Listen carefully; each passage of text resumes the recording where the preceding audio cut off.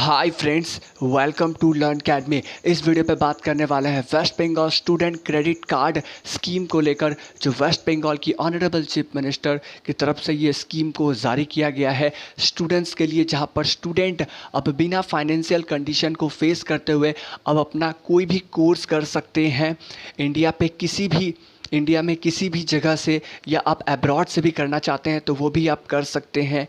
ठीक है, इस स्कीम की क्या क्या बेनिफिट्स हैं, क्या एलिजिबिलिटी है और आपकी कैसे आप इसको अप्लाई करेंगे, इस वीडियो पे मैं आपको बताने वाला हूँ। मुझे बस कंप्लीट इसके ऊपर मैं आपको एक्सप्लेन करने वाला हूँ। वीडियो को आप पूरा एंड तक देखिएगा। अगर आप मेरे चैनल पे नए हैं तो चैनल को कर लीजिए सब्सक्राइब और पास में जो बेल आइकन है उसे ज़रूर प्रेस कर लीजिए। तो चलिए स्टार्ट करते हैं। तो फ्रेंड्स, सीधा यहाँ पे West Bengal student credit card scheme के बारे में बताने वाला हूँ, तो आप बिल्कुल वीडियो पे एंड तक बने रहिए। यहाँ पर तो सबसे पहले ये जो लोन की जो स्कीम है आपको कहाँ से मिल सकते हैं। वेस्ट बंगाल की स्टेट कोऑपरेटिव बैंक में अफिलिएट के जितने भी सारे कोऑपरेटिव बैंक्स हैं, डिस्ट्रिक्ट सेंट्रल कोऑपरेटिव बैंक्स है या पब्लिक और प्राइवेट सेक्टर बैंक में भी ये आपको अवेलेबल होंगे। ठीक है, इसके बाद इनकी प्रोसेस क्या रहेंगी यहाँ पर मैं बता दूं। आप इसे ऑनलाइन अप्लाई करेंगे, वेबसाइट में आपको लिंक मैं डिस्क्रिप्शन में मैं दे दूंगा। यहाँ पर आप देख सकते हैं किस तरीके से प्रोसेस होंगे। नोडल ऑफिसर के पास जाएंगे, नोडल ऑफिसर जो है वो आपकी फॉरवर्ड कर देंगे higher department of education forward करेंगे बैंक में, और बैंक जैसे ही आपकी प्रूफ और सेंशन करने के बाद आप सभी के पास ये स्कीम के इस स्कीम की सबसे मेन ऑब्जेक्टिव्स मैं आपको बता दूं कि ये स्कीम है क्या। देखिए, हम कभी भी लोन लेते हैं तो हमें कुछ देकर यहाँ पे बैंक में लोन देना होता है। जैसे कि ज़मीन है हमारे पास तो हम ज़मीन दे देते हैं, उसके हिसाब से हमें अमाउंट जो है वो मिल जाते हैं। तो यहाँ आपको ऐसा कुछ भी प्रकार का कोई भी चीज़ देना नहीं है, इसीलिए यहाँ पे कोलैटरल सिक्योरिटी फ्री लोन को लिखा गया है। अगर आप स्टडी करना चाहते हैं तो अप टू यहाँ पर 10 लाख तक लोन ले सकते हैं। एक नॉमिनल से सिंपल इंटरेस्ट यहाँ पर दिए जाएंगे आपको। अगर आप किसी भी प्रकार के स्टडी करना चाहते हैं वेस्ट बंगाल में या वेस्ट बंगाल के बाहर इंडिया के किसी भी जगह से, या आप अब्रॉड में भी करना चाहते हैं तो आप कर सकते हैं। ठीक है, लेकिन अप टू आप 10 लाख तक आप लोन ले सकते हैं। आगे मैं आपको बता दूं, देखिए जिस तरीक़ा से मैंने आपको बताया कि बेनिफिट, यहाँ पर किसी भी प्रकार के आपको कोई भी चीज़ देने की ज़रूरत नहीं है। वही यहाँ पर कोलैटरल सिक्योरिटी फ्री लोन बताई जा रही है। इसके बाद यहाँ पर आप 10 लाख तक लोन ले सकते हैं, और जो इंटरेस्ट है आपकी वो इंटरेस्ट यहाँ पर आपको 4% इंटरेस्ट आपको देना पड़ेगा। तो फ्रेंड्स, ये जो फोर्थ पॉइंट है ये समझने वाली पॉइंट है कि if the interest is fully service within the study period and there will be the rebate of 1% interest rate. मान लीजिए आप कोई भी अंडर ग्रेजुएट या पोस्ट ग्रेजुएट के कोर्स कर रहे हैं, आप कोर्स यहाँ पर 2021 में आप कर रहे हैं और आपकी 2024 तक आपकी कंप्लीट हो जाते हैं। जो भी अमाउंट के आप लोन लेते हैं उस पर कोई इंटरेस्ट बनता है आपका। आप जो इंटरेस्ट लेते हैं वो इंटरेस्ट अगर आप स्टडी पीरियड के साथ साथ अगर आप पे कर देते हैं बैंक को, जब आपकी जो इंटरेस्ट पूरे ख़त्म हो जाएंगे, जब आप इनिशियल जो फाइनल अमाउंट आप जो पे करेंगे, तो वहाँ आपको उस टाइम यहाँ पर आपको 1% जो है वो डिडक्ट हो जाएंगे। वहाँ आपको 4% नहीं, वहाँ अब आपको 3% ही लोन आपको देना पड़ेगा, यानी इंटरेस्ट देना पड़ेगा। आशा करता हूँ कि ये पॉइंट जो है मैं आपको समझा पाया।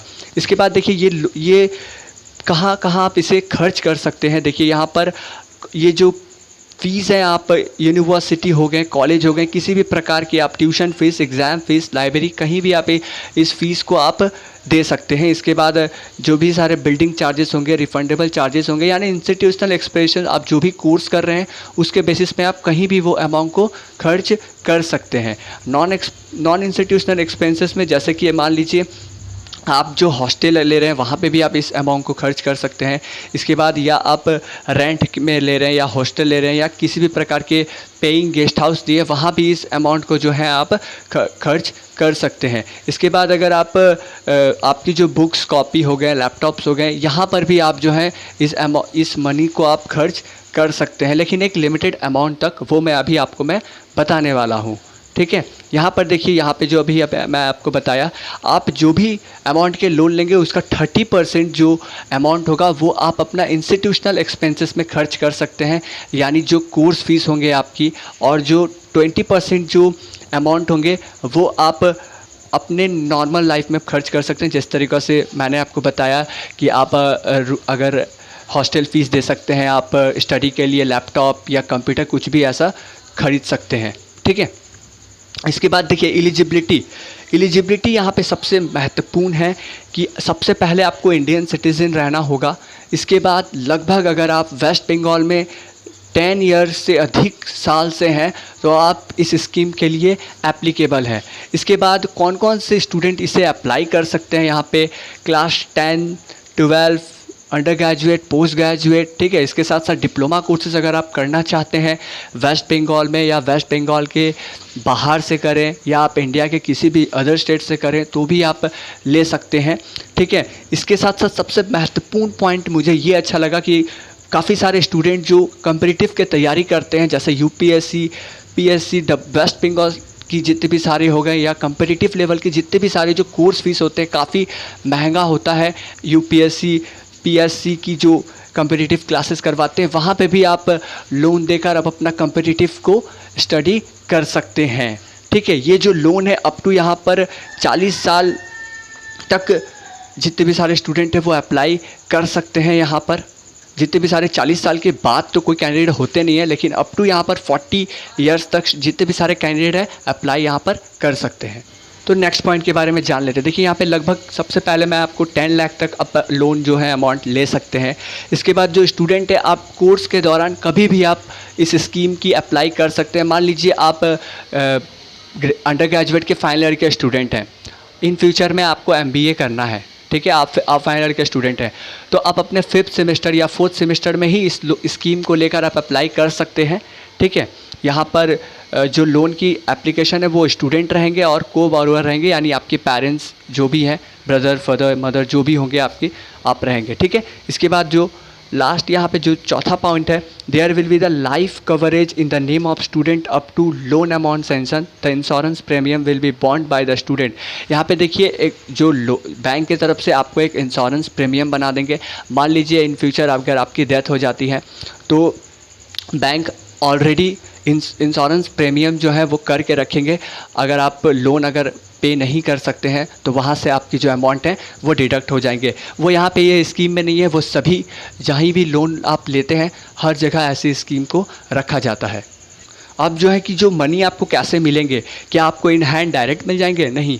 देखिए यहाँ पे क्या लिखे गए हैं, the payment of the course fees and other fees related to the institute, the amount will be credited directly to the designation account of the institution concern. मान लीजिए आप कोई भी कोर्स कर रहे हैं, MBA कोर्स कर रहे हैं, आपकी जो MBA कोर्सेज़ की जो फ़ीस है वो लगभग 5 लाख है, ठीक है। ये जो 5 लाख की जो अमाउंट है आपकी, ये डायरेक्टली यहाँ पर जो भी अमाउंट रहेंगे वो डायरेक्टली बैंक क्या करेंगे, इंस्टीट्यूट को पे कर देंगे, ठीक है। और अदर जितने भी लोन की आप अप्लाई किए, मान लीजिए 5 में आप 8 लाख अप्लाई किए थे, उसमें से जैसे मैंने आपको बताया ना कि 30% जो है आप इंस्टीट्यूशनल में आप खर्च कर सकते हैं और 20% अपने नॉन इंस्टीट्यूशनल एक्सपेंस में कर सकते हैं। तो जो 20% जो अमाउंट रहेंगे वो आपकी बैंक स्टूडेंट के अकाउंट में दे दिए जाएंगे, जहाँ पर आप अपने हॉस्टल फ़ीस या हो गए या आप लैपटॉप, बुक्स वगैरह आप अपना परचेस कर सकते हैं। और उसके बाद देखिए यहाँ पे नेक्स्ट जो पॉइंट है, यहाँ पे स्टूडेंट और को बोरोवर जो होंगे, यानी आप या आपके साथ जो भी पेरेंट्स आपकी जो रहेंगे साथ में, उसकी एक एग्रीमेंट बनाई जाएंगी बैंक के साथ। और जो दूसरा पॉइंट है यहाँ पर देखिए, एनी सिक्योरिटी कोलैटरल, अगर मान लीजिए अगर आप लोन के बदले में कुछ ज़मीन हो या आप अपने लैंड की ज़मीन हो या आप गोल्ड हो या आप बैंक को आप कुछ देना चाहते हैं तो आप दे सकते हैं। इसके लिए जो है बैंक आपको कोई भी प्रकार का फोर्स नहीं करेंगे कि आपको देना ही होगा। ये आपके ऊपर डिपेंड है, आप देते हैं तो सही है, नहीं तो इसमें कोई प्रॉब्लम यहाँ पर नहीं है, ठीक है। यहाँ देखिए मार्जिन अमाउंट, ये बहुत ही अच्छी पॉइंट है। यहाँ देखिए अगर आप 4 लाख तक अगर आप लोन लेते हैं तो लगभग यहाँ पर आपको कोई भी प्रकार की जो इंटरेस्ट है वो नहीं देना पड़ेगा। लेकिन अगर आप 4 लाख से ऊपर अगर लोन लेते हैं तो लगभग आपको 5% की सिंपल इंटरेस्ट जो मैंने आपको बताया वो आपको देना पड़ेगा। इस पे आपकी स्कॉलरशिप जो भी इंक्लूडेड की लास्ट और आखिरी और महत्वपूर्ण टॉपिक रीपेमेंट और मॉनिटोरियम क्या है। तो देयर विल बी मॉनिटोरियम और repayment holiday of 1 year after completing the study. Repayment period shall be maximum 15 years for any loan reveal. तो ये जो लोन आप जो लेंगे ये मैक्सिमम आपके 15 साल तक आपको ये शोध करना पड़ेगा गवर्नमेंट को।